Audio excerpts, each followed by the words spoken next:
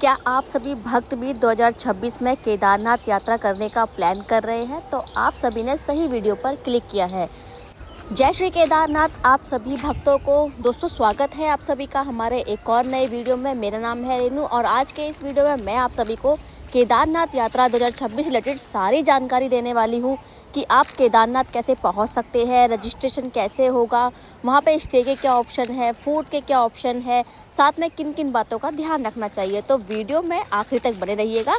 मैं अपनी पुरानी 2025 की वीडियो क्लिप के थ्रू आप सभी को ये सारी जानकारी दे रही हूँ, तो वीडियो को अंत तक जरूर देखना ताकि आपसे कोई भी इन्फॉर्मेशन स्किप ना हो जाए। जय श्री केदार। वीडियो को स्टार्ट करते हुए सबसे पहला स्टेप हम फॉलो करेंगे केदारनाथ यात्रा के रजिस्ट्रेशन से। मैं आप सभी को सजेस्ट करूंगी कि ऑफलाइन के भरोसे मत रहिएगा। सबसे पहले आप 1 महीना पहले ही ऑनलाइन रजिस्ट्रेशन कर लीजिएगा। उसमें आपको बेनिफिट ये होगा कि आपको सोनप्रयाग और गौरीकुंड की ऑफलाइन रजिस्ट्रेशन काउंटर के पास लंबी लंबी लाइन की कतारों में नहीं लगना पड़ेगा। और रजिस्ट्रेशन जो है मैंडेटरी होता है, यानी कि वो बहुत ज़रूरी है। उसके बिना ना ही आपके दर्शन होंगे, साथ में ना ही आपको गौरीकुंड और सोनप्रयाग से आगे बढ़ने दिया जाएगा। आप सभी श्रद्धालुओं को बता दूं कि आज है 6 मार्च 2026 और आज से ही चारधाम यात्रा का रजिस्ट्रेशन स्टार्ट हो चुका है। कई सारे श्रद्धालु तो अपना रजिस्ट्रेशन करवा चुके हैं।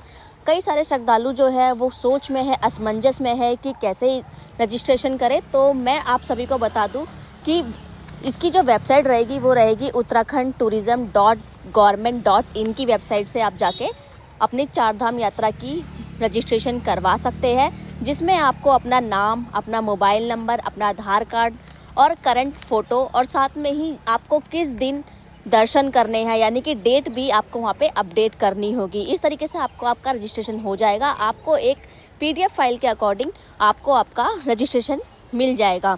आपके व्हाट्सएप के थ्रू ही आपको PDF फाइल भेज दिया जाएगा और उस PDF फाइल को आप डाउनलोड करके प्रिंट कर लेना। जब भी आप यात्रा पर आए तो उसका एक प्रिंट निकाल के लेकर ज़रूर आइएगा। दिखाना जगह जगह पड़ सकता है, तो आप उस चीज़ का ध्यान रखिएगा। चलिए, ये तो हो गई रजिस्ट्रेशन स्टेप 1। अब स्टेप 2 फॉलो करते हैं। आप केदारनाथ पहुँचोगे कैसे?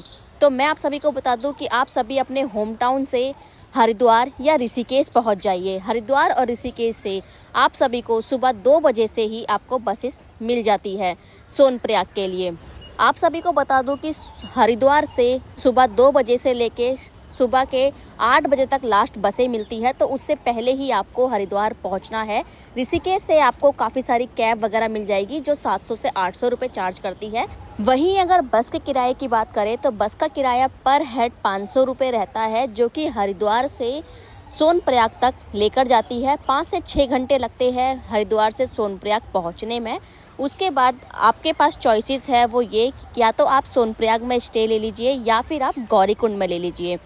पर मैं आपको सजेस्ट करूँगी कि अगर आप बजट ट्रैवलर है या फिर आप पैसा बचाना चाहते हैं तो आप सोनप्रयाग में स्टे लीजिएगा।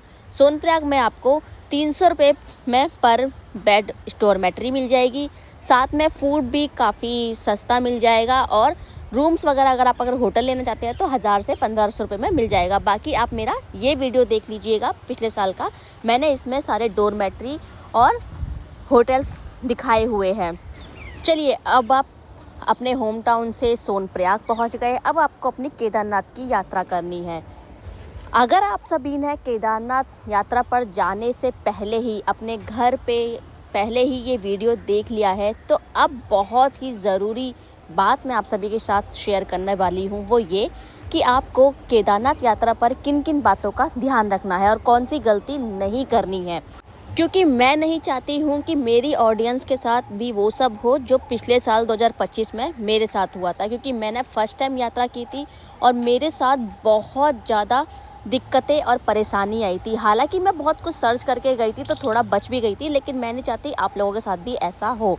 तो चलिए स्टार्ट करते हैं। अब मैं आप सभी को बता देती हूँ कि केदारनाथ यात्रा के दौरान आपको किन किन बातों का ध्यान रखना है। पहली बात तो ये है कि कई श्रद्धालु जो है मौसम को बहुत ज़्यादा हल्के में ले लेते हैं, तो ये गलती आप मत कीजिएगा। क्योंकि केदारनाथ यात्रा के दौरान वहाँ पर पल में धूप निकलती है, पल में बारिश होती है और पल में ही बर्फ़ पड़ने लग जाती है। तो ठंड और गर्मी का मौसम पूरा बना रहता है। तो मैं आपको सजेस्ट करूँगी अपने गर्म कपड़े ज़रूर लेकर आइएगा। बेशक आप अपनी एक जैकेट लेकर आए, लेकिन जैकेट अच्छी होनी चाहिए, गर्म होनी चाहिए, जो कि आपको मंदिर के पास ठंड से बचा सके। हालांकि ट्रैक करते वक्त आपको गर्मी लगेगी, लेकिन मंदिर के पास बहुत ज़्यादा ठंड लगने वाली, क्योंकि माइनस टेम्परेचर चला जाता है वहाँ पर। दूसरी बात ये है कि अपने साथ रेनकोट ज़रूर कैरी करके लेकर आइएगा, क्योंकि बारिश वहाँ पर होती रहती है। तीसरा बात ये है कि अपने जो शू है, जूते हैं, वो अच्छे रखिएगा। पुराने जूते ही जो आप पहनते हो वही पहन के आना, जो कंफर्टेबल हो।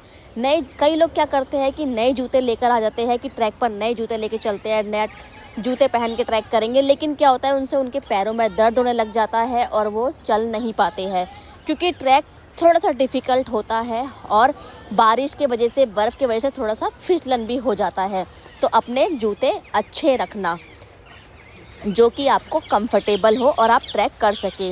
22 किलोमीटर का ये ट्रैक रहेगा। अगर पुराना वाला रास्ता चालू कर जाए, जो कि 2013 की आपदा के टाइम पर बर्बाद हो गया था, वो रास्ता जो है अब चालू होने वाला है, लेकिन इस साल चालू होगा क्या नहीं वो तो पता नहीं है। लेकिन अगर वो चालू हो जाता है तो फिर 16 से 17 किलोमीटर का ट्रैक रह जाएगा बस। अगर वो चालू नहीं होता है तो 22 किलोमीटर का ट्रैक आपको पूरा करना होता है। साथ में ही आप सभी को बता दूं कि आप सब जब यात्रा कर रहे हैं तो अपना बैग हल्के से हल्का रखिएगा।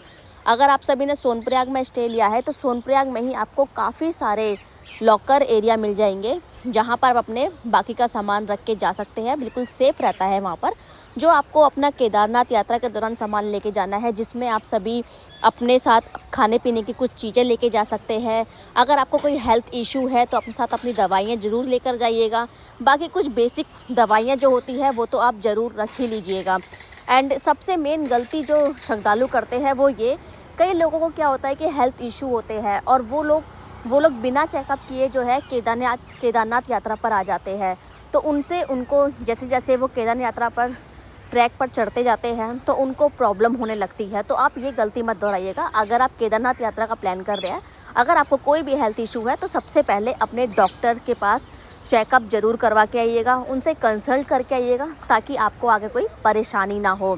साथ में ही अगर आप सभी केदारनाथ यात्रा पर आ रहे हैं तो 1 महीने पहले ही आप सभी जो है 3 से 4 किलोमीटर पैदल चलना स्टार्ट कर दें, जिससे कि आपकी जो बॉडी है वो रेडी हो जाए केदारनाथ यात्रा ट्रैक करने के लिए, जिससे कि आप इजीली 22 किलोमीटर का ये ट्रैक पूरा कर सके और अच्छे से आपकी यात्रा संपन्न हो सके।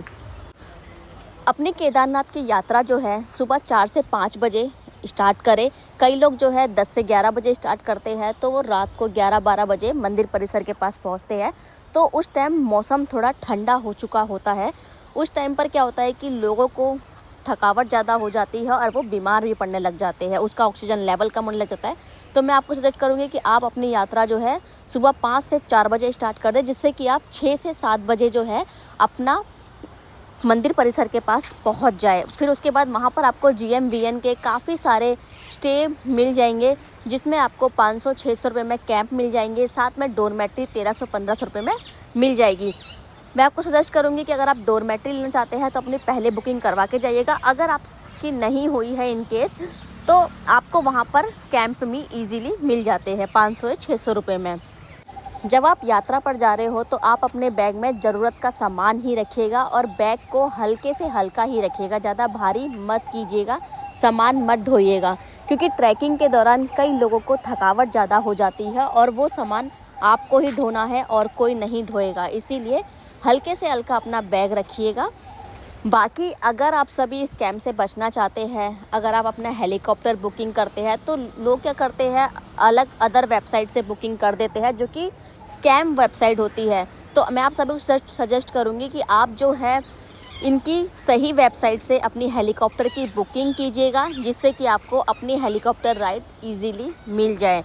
बाकी यहाँ पर आप सभी घोड़े, खच्चर, पिट्ठू, पालकी वगैरह यहाँ पे ऑफलाइन भी बुकिंग करवा सकते हैं, आपको आराम से मिल जाते हैं, जिनका चार्जेस 10,000, 12,000, 13,000 रहता है। लेकिन अगर घोड़े चल रहे होंगे तो वो आपको 4 से 5,000 में ऊपर ले जाएंगे।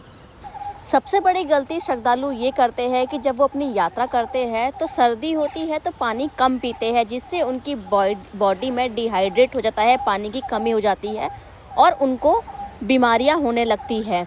तो मैं आप सभी को सजेस्ट करूंगी कि बेशक सर्दी है तो आप सभी को पानी ज़रूर पीना है। जगह जगह आपको वाटर कूलर मिलेंगे जो कि 10 रुपये या 2 रुपये में आप सभी को गर्म पानी की फैसिलिटीज़ देंगे।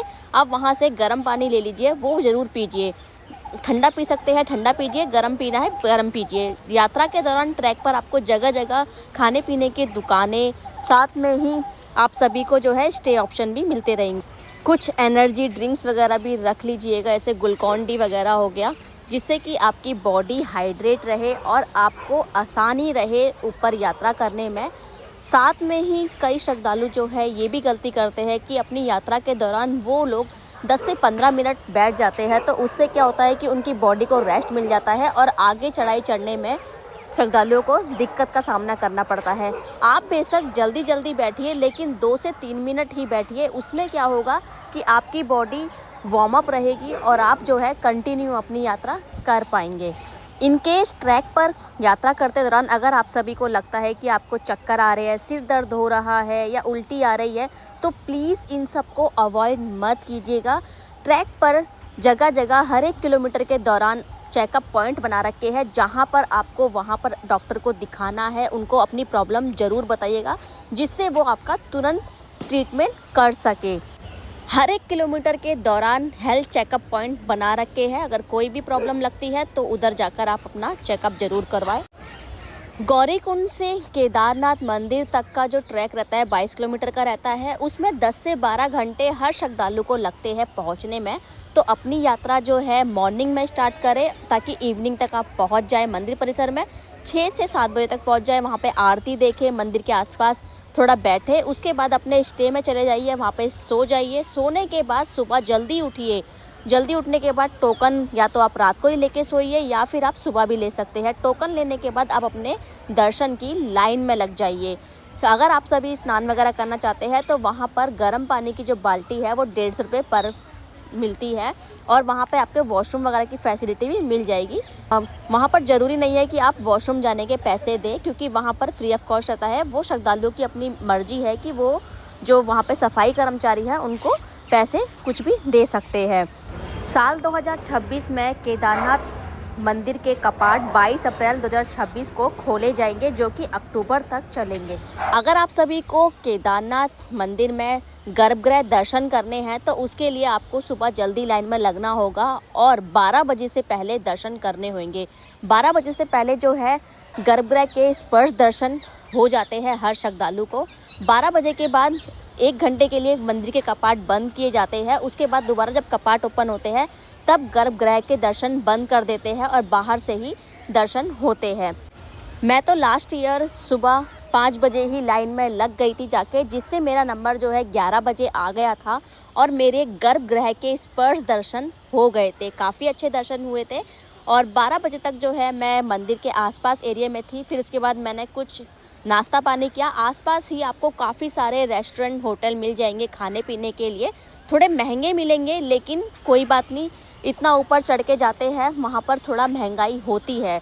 जैसे जैसे आप ट्रैक कंप्लीट करते जाएंगे वैसे वैसे वहाँ पानी की बोतल 150 से 200 रुपये चली जाती है। तो अगर आप चाहो तो पानी की बोतल ख़रीद भी सकते हैं। वहाँ जगह जगह फाउंटेन चलते रहते हैं, नल लगे हुए होते हैं, वहाँ से भी आप पानी भर के पी सकते हैं, जो कि नेचुरल पानी होता है वहाँ का। बाकी आपको ऊपर खाना महंगा ही मिलने वाला है। उसके बाद आप दर्शन करने के बाद आप जो है भैरव जी के दर्शन भी ज़रूर करने जाइएगा। केदारनाथ मंदिर से भैरवनाथ जी का जो ट्रैक है, चढ़ाई है, वो 1 किलोमीटर की रहती है। तो आप जो है भैरवनाथ जी के भी दर्शन करके ज़रूर आइएगा, तभी आपकी यात्रा संपूर्ण मानी जाएगी। आप सभी को बता दूं कि अगर आप सभी को खाना महंगा लग रहा है तो जगह जगह वहाँ पर लंगर और भंडारे का आयोजन होता है ट्रैक पर, तो आप जो है वहाँ से लंगर वगैरह भी खा सकते हैं। बाकी जितना समय आपको चढ़ने में लगेगा तो उतना ही उससे आधा समय आपको नीचे उतरने में लगता है। बाकी ये थी कुछ बेसिक इन्फॉर्मेशन केदारनाथ यात्रा से रिलेटेड। अगर आप सभी प्लान कर रहे हैं केदारनाथ यात्रा आने का तो इन टिप्स को आप फॉलो ज़रूर कीजिएगा। बाकी अगर आप अदर इंक्वायरी चाहते हैं तो आप मुझे इंस्टाग्राम पे फॉलो कर सकते हैं, मैसेज कर सकते हैं, या आप मुझे कमेंट सेक्शन बॉक्स में भी पूछ सकते हैं। मैं आपको डेफिनेटली रिप्लाई दूंगी। सो जय श्री केदार, आपकी यात्रा मंगलमय हो।